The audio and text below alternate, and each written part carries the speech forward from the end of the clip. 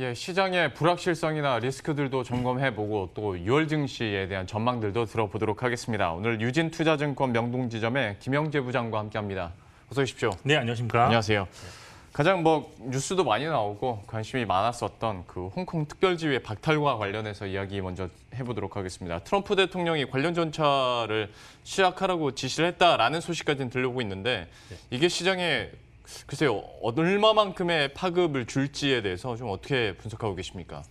일단 시장에 대해서는 현재로서는 크게 그런 역이 없다라고 보고 있는데 일단 트럼프 대통령이 언급한 것만 좀 정리를 해본다면 당장 그 박탈하지 않겠다는 것이고요. 이를 위한 절차를 좀 시작하겠다라는 것이 요지입니다. 여기에 언제까지 박탈하겠다라는 언급도 없었고요. 또한 중국과 맺은 1단계 무역 그런 합의와 관련해서 파기하겠다 또는 홍콩 문제와 연결해서 관세를 부과하겠다는 이런 가능성도 언급하지 않았습니다. 결국 이런 것을 종합적으로 본다면 중국과의 어떤 물밑 협상의 그런 여지를 남겨둔 것이라고 볼 수 있는데 아무래도 여기서 초강수를 실행에 옮기는 그런 방식을 취한다면 금융시장에 역풍이 불 가능성이 있기 때문에 지금 살아나려는 그런 조짐을 보이고 있는 경제 상황이 많이 악화될 가능성이 있기 때문입니다. 트럼프 대통령 대선을 앞두고 경제 회복이 절실한 시점에서 이런 악수, 그러니까 강행수를 두지는 않을 것으로 일단 볼 수 있겠고요. 전 세계 금융시장의 반응 역시도 지금 미중 갈등이 지속적으로 계속 나타나고는 있지만 그럼에도 불구하고 시장은 상당히 안정적으로 우상향하는 패턴을 아직까지는 보여주고 있습니다. 결국 지금 금융시장도 역시 어떻게 될지는 좀 지켜봐야 된다. 이런 것이 좀 깔려있는 것이 아니겠느냐. 결국 적극적으로 이 문제와 관련해서 액션을 좀 취할 단계는 아직까지는 아니지 않느냐. 물론 계속 지속적으로 관찰하면서 방심하지는 않아야겠지만 적극적으로 대응하기에는 아직은 좀 이르다라고 볼 수 있겠습니다. 그러니까 지금도 미국의 경제 상황이 좀 안 좋은 상황에서 트럼프 대통령이 대선을 앞두고 좀 무리하게는 움직이지 않을 거다라는 게 전반적인 분위기인 것 같은데 그러면 같은 맥락에서 꼭 홍콩 국가보안법뿐만이 아니라 미중 간의 갈등도 지금보다 그러니까 더 격화되거나 끝단까지 갈 그럴 불확실성은 좀 크지 않을 수도 있겠네요. 네, 일단은 미국의 대선이 있기 때문에 큰 충돌이 나타나지 않을 것으로 일단 전망은 하고 있습니다. 그런데 만일 홍콩이 미중 간의 갈등이 더 격화되면서 홍콩이 만일 지위가 박탈된다면 국내 그 경제에 미치는 영향도 좀 고려는 일단 살펴봐야 될 것 같은데 홍콩은 2019년 기준으로 국내 그런 수출 네 번째 국가, 그러니까 중국, 미국, 베트남 다음으로 우리가 많이 수출을 하는 네 번째 수출 국가인데요.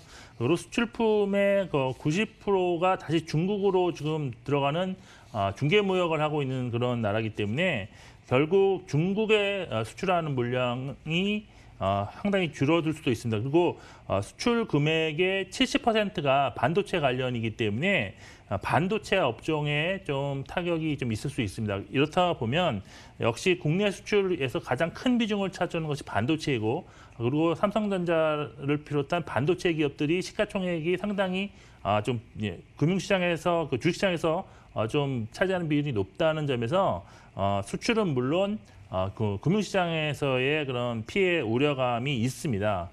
그렇지만 아까도 말씀드린 것처럼 아직까지는 그런 걸 고려는 해야겠지만 적극적으로 이렇게 돼서 대응하는 그런 것은 아닌 것 같고 그렇지만 한 가지 또 좀 고려해야 될 점이 또 하나 있습니다. 제가 생각하는 것은 만일 코로나19가 지금 전 세계적으로 팬데믹이 지속되고 있는데 이런 관련해서 치료제가 조기에 개발된다든지 아니면 백신이 예상보다 훨씬 빨리 개발되는 그런 현상이 나타난다면 오히려 경제 충격에서 빨리 벗어날 수 있는 큰 재료가 지금 발생하는 겁니다. 그렇게 된다면 미중 간의 갈등이 오히려 지금보다 훨씬 더 격화될 수가 있습니다. 왜냐하면 미중 간의 갈등을 격화시키더라도 이미 경제를 활성화시킬 수 있는, 다시 회복할 수 있는 가장 큰 원인이 나타났기 때문에 미중 간의 갈등은 상당히 더 리스크가 심화될 수 있다는 점에서 이런 점은 점은 한번 참고를 하시면서 그러니까 코로나가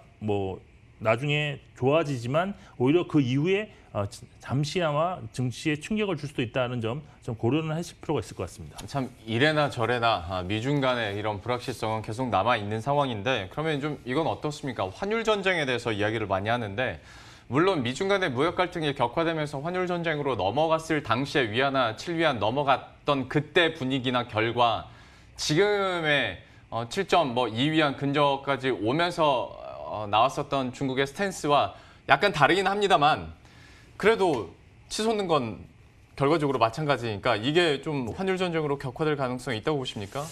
네, 제가 이것을 전망한다고 해서 맞는 건 아니겠지만 전문가들의 의견은 환율 전쟁이 더 격화되지는 않을 가능성이 있다라고 얘기를 하고 있습니다. 예.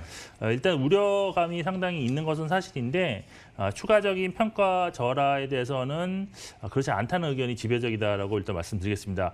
일단 지금 현재 보면 형평과 관련된 이슈들이 지속적으로 나오면서 환율은 상당히 불안정하게 움직이는 것이 사실인데 그런데 그 중국에서 위안화 절하를 국내적으로 좀 보게 된다면 사실 지금 중국이 어떤 무역 전쟁이라든지 아니면 많은 그런 돌발 상황, 경제적인 악화 이런 것을 겪으면서 수출보다는 국내 그 내수를 부양해서 경제를 활성화시키려는 정책을 지금 지속적으로 쓰고 있는 그런 상황입니다. 그런데 여기에 만약 위안화가 절하되면서 어떤 가치가 하락하게 된다면 중국 정부로서는 상당히 정책을 쓰기에도 부담이 되는 것이 사실이기 때문에 예.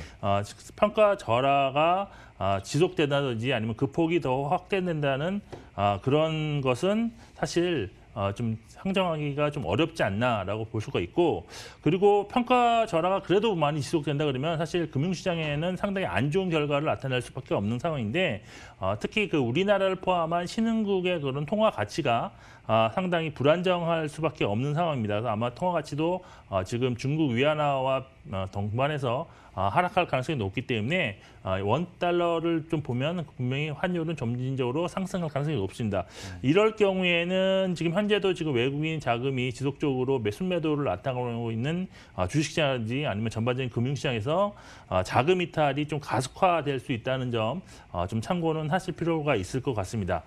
그런데 만일 그 반대로 어떤 시점에서 어떤 계기로 인해서 달러 강세가 진정이 되고 또한 위안화도 좀 점진적으로 절상되는 그런 모습이 나온다 그런 경우에는 오히려 외국인의 그런 큰 매수세를 유발할 수 있는 강력한 재료로서 작용할 수 있기 때문에 아마 지금 요즘 최근 들어서 그런 얘기도 좀 나오긴 했는데 지금 사실 지수가 조금 상승하는데 동반해서 환율도 동반 상승이 있다 해서 환율만 없었다면 지수가 훨씬 더 많이 상승할 수 있었을 텐데 지금 못하는 거다 이런 얘기가 나오고 있는데 저는 만일 아까 말씀드린 것처럼 그런 지금 어떤 그 환율이 꺾이는 변곡점이 나타나는 것이 확실해진다면 오히려 지수가 크게 상승할 가능성도 있다는 점도 염두에 두시면서 좀 시장을 좀 평가하실 필요가 있을 것 같습니다. 예.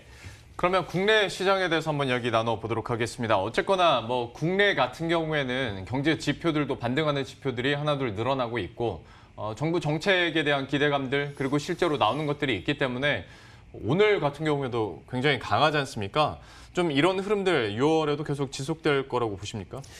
사실 경제 개선에 대한 그런 기대감은 사실 지수에 저는 선반영되었다고 보고 있는데 그런데 그 정책 자체가 추가적으로 계속 예상되었던 거지만 구체적인 그런 실행 정책이 조금 계속 나오기 때문에 주가에는 좀 단기적으로 긍정적인 요인이 분명히 되고 있다라고 볼 수 있습니다. 그렇지만 사실 이것이 실물 경제에 좀 이렇게 영향을 주는 것은 상당히 좀 장기적인 관점에서 서서히 효과가 나타나기 때문에 이것만으로 지수가 좀 방어된다 이렇게 접근하실 필요는 없는 것 같고요.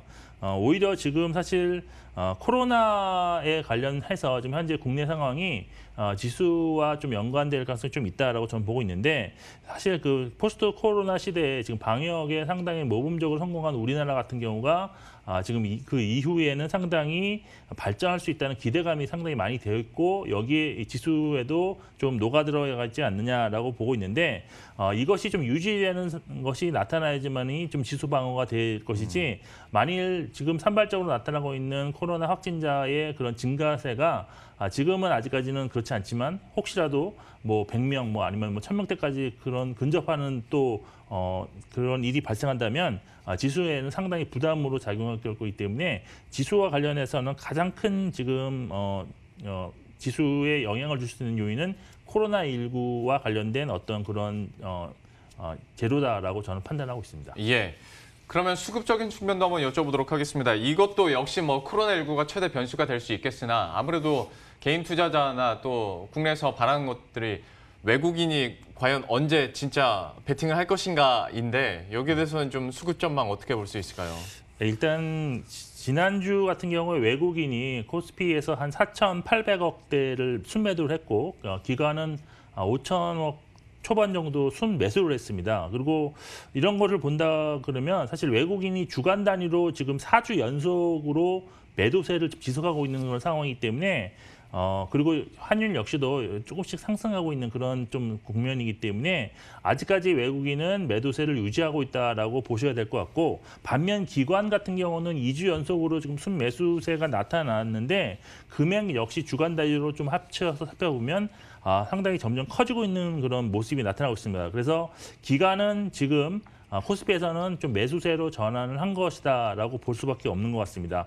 그리고 코스닥 보면 지난주 외국인 980억 원 순매도했고요. 기관은 무려 4천억대 초반, 뭐 4,039억 원을 순매도를 했는데 지금 외국인도 3주 연속으로 지금 순매도하고 있고 기관은 역시도 3주 연속 순매도하고 있는데 기관은 특히 그 순매도 금액이 주간 단위로 보면 점점 커지고 있는 상황이기 때문에 기관의 그런 순매도가 외국이 코스닥에서는 아주 지금 지속되고 있는 그런 상황이다라고 볼 수 있습니다. 예. 따라서 코스닥은 지금 수급은 개인만 매수하고 있다라는 것인데 이렇게 본다 그러면 아까 뭐 말씀하신 것처럼 외국인이 언제 순매수에 전환하겠느냐 이것은 제가 볼 때는 환율이랑도 관련이 있을 것이고 아마 뭐 코로나19도 관련이 있을 것인데 예. 글로벌하게 경제 지표가 개선돼서 좀 리스크가 많이 좀 줄어들었다. 리스크에 대한 선호가 나타났을 경우에는 좀 더 좀 전환될 수 있다. 예. 결론적으로 보면 아직까지 수급은 크게 변화하지 않았지만 예. 기관이 코스피에서 지금 순매수로 전환한 것만 확인되고 있다라고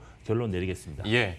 시간이 거의 다 가서 질문 한두 개 정도 종목으로 얘기해 보도록 하겠습니다. 네이버와 카카오, 여기는 대단합니다. 네이버는 오늘도 급등을 하는데 좀 지금이라도 접근이 가능한지 이게 쉽지 않은 자리인데 어떻게 보십니까?